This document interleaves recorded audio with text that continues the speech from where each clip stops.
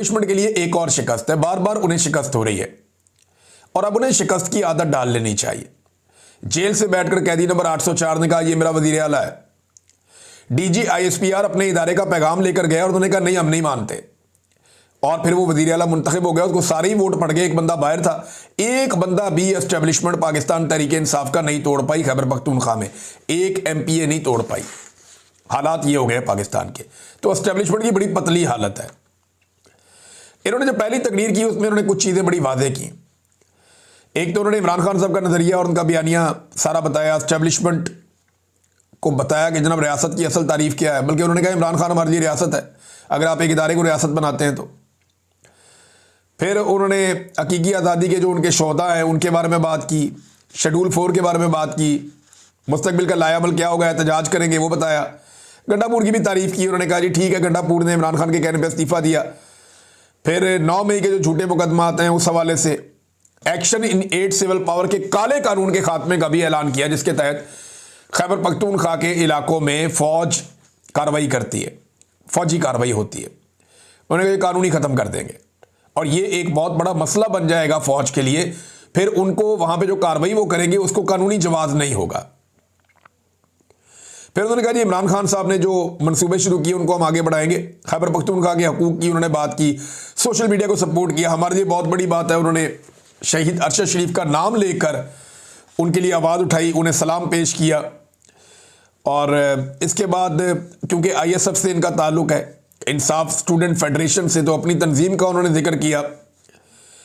तो ये एक आम आदमी को उठा के इसकी वीडियो, एक तस्वीर मंजर आम पे है, एक वीडियो है जहाँ इमरान खान से सवाल करता है, बिल्कुल आम सा लड़का। इमरान खान इसके सवाल का जवाब देता है। फिर एक जगह पे ये ज़मीन पे बैठा हुआ है, कुछ पाकिस्तान तहरीक इंसाफ के वो कागजात है उनको लिख रहा है। चप्पल इसने अजीब सी पहनी हुई, तो बूटों वालों को चप्पल वाले तो पसंद नहीं आते ना, उन्हें तो लाने होते हैं ऐसे लोग जो सोने का चम्मच मुंह में लेकर पैदा होते हैं। उनको तो बिलावल चाहिए, मरियम चाहिए, ऐसे लोग चाहिए। आम आदमी तो उन्हें पसंद ही नहीं है, नफरत करते हैं सिविलियन से। लिहाजा कैसे हो सकता है कि एक आम आदमी जो टूटी हुई चप्पल पहन के निकला था, और एक देखिए ना, मैं हैरान होता हूं कि बड़ी बड़ी पॉलिटिकल पार्टीज़ के अंदर बड़े बड़े लीडर्स जिनको कई कई दहाइयाँ हो गई हैं, वो अपने लीडर्स के बच्चों की खुशामद के अंदर लगे हुए हैं। और यहाँ इमरान खान ने एक स्टूडेंट तंजीम है, वहाँ से एक लड़के को उठा के वज़ीर आला खैबर पख्तूनख्वा लगा दिया।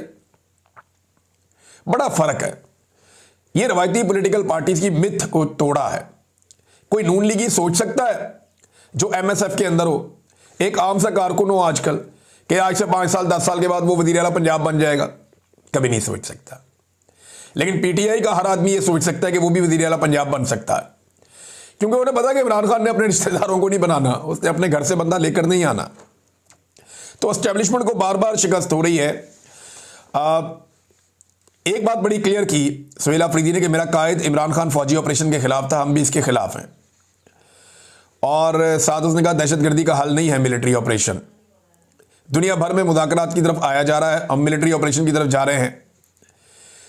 फिर उसने कहा जी कि मैं कबायली हूँ और मेरे साथ मुखालफत की गई है, मैं अपने लीडर को पैगाम देना चाहता हूँ, लोग सियासत करते हैं लेकिन मैं आपसे इश्क करता हूँ। फिर उन्होंने कहा एहतजाजी सियासत का मैं मास्टर हूँ और मैं ये करूँगा।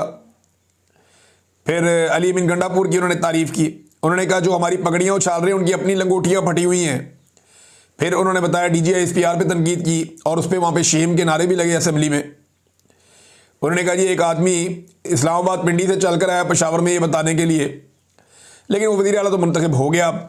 मुंतखब तो हो गया, लेकिन क्या उसे काम करने दिया जाएगा? बड़ा सवाल ये है। फिर साथ ये भी कहा कि आपको अपनी अफगानिस्तान की पॉलिसी पर नज़रसानी करनी होगी, ये बहुत इंपॉर्टेंट है। और ये पॉलिसी जो इस वक्त चल रही है वो नहीं है, मिलिट्री ऑपरेशन वाली पॉलिसी नहीं चलेगी। अवाम ही रियासत हैं और इस वक्त रियासत चेयरमैन के साथ खड़ी है। पाकिस्तान की अवाम रियासत है और रियासत जो है वो इस वक्त चेयरमैन के साथ खड़ी है। हमारे कारकुनों को एहतजाज पर मारा गया, आज भी तहरीक लब्बैक के कारकुनों पर गोलियां बरसाई गई हैं। उन्होंने अपनी पहली तकरीर में तहरीक लब्बैक के कारकुनों के साथ जो जुल्म हुआ उसके खिलाफ आवाज़ उठाई है। फिर उन्होंने कहा कि अगर ख़ानदान और पार्टी की मर्जी के खिलाफ इमरान खान को इधर उधर करने की कोशिश की तो पूरा पाकिस्तान जाम कर देंगे, ये भी कहा। सोहेल अफरीदी का जो इम्तिहान है बड़ा सख्त है, क्योंकि गंडापुर ने बड़ी ज़बरदस्त तहरीक का मोमेंटम बनाया और बना के बार बार तोड़ दिया था। अब सोहेल अफरीदी का ये टेस्ट है कि मोमेंटम क्या वो दोबारा बना पाएंगे। अगर दोबारा मोमेंटम बनता है, जो बनता हुआ अब तो दिखाई दे रहा है, तो क्या उस मोमेंटम को वो जारी रख पाएंगे। एस्टेब्लिशमेंट के लिए बहुत बड़ा इम्तिहान ये है कि सोहेल अफरीदी को काम करने से कैसे रोके, क्योंकि ये लोग तो चले गए हैं हाई कोर्ट में चीफ जस्टिस के सामने, और वहां जाकर उन्होंने कहा जी गवर्नर हलफ नहीं ले रहा, हमने अपना वज़ीर आला नामजद कर दिया है। और वो कह रहे जी पिछला भी मुस्ताफ़ी नहीं हुआ, हालांकि पिछले ने असेंबली के फ्लोर पे खड़े होकर भी कह दिया, आप अदालत में बुला लें, यहाँ पे आके भी कह देगा। वो पिछला वाला जो है वो 2 दफ़ा लिख के भी दे चुका है और वो बहाने बना रहा है कि नहीं ये मुस्ताफ़ी नहीं हुआ। ये तो है 5 मिनट का काम। कल की पेशी है दोबारा, और बुलाया सबको वहाँ पे चीफ जस्टिस ने पेशावर हाई कोर्ट के। तो ये तो हलफ तो कोई और भी ले सकता है, गवर्नर नहीं लेगा तो हलफ चीफ जस्टिस खुद ले लेगा। ये इसके पास आइन में हक है, कानून उसको ये इजाजत देता है कि वो खुद हलफ ले सकता है चीफ जस्टिस, अगर गवर्नर नहीं लेता तो।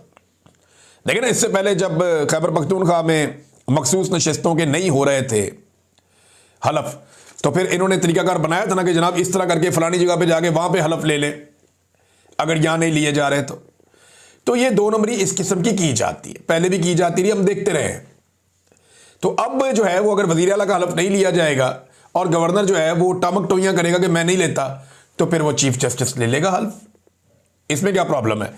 लेकिन क्या एस्टेब्लिशमेंट कोई गवर्नर राज लगाएगी या इमरजेंसी लगाएगी? अगर एस्टेब्लिशमेंट ये करना चाहती है तो करके देख ले। वैसे भी तो सारे गंदे काम कर लिए हैं, ये वाला भी करके देख ले, लग पता जाएगा। और मुझे तो अब अंदाजा हो रहा है कि मामलात मजीद खराब करने की तरफ जाएंगे, ताकि जितने खराब हालात हों उतना ज्यादा एक्सटेंशन का इम्कान बढ़ता रहता है। अब तक के लिए इतनी, अपना ख्याल रखिएगा, अपने चैनल का भी। अल्लाह हाफिज़।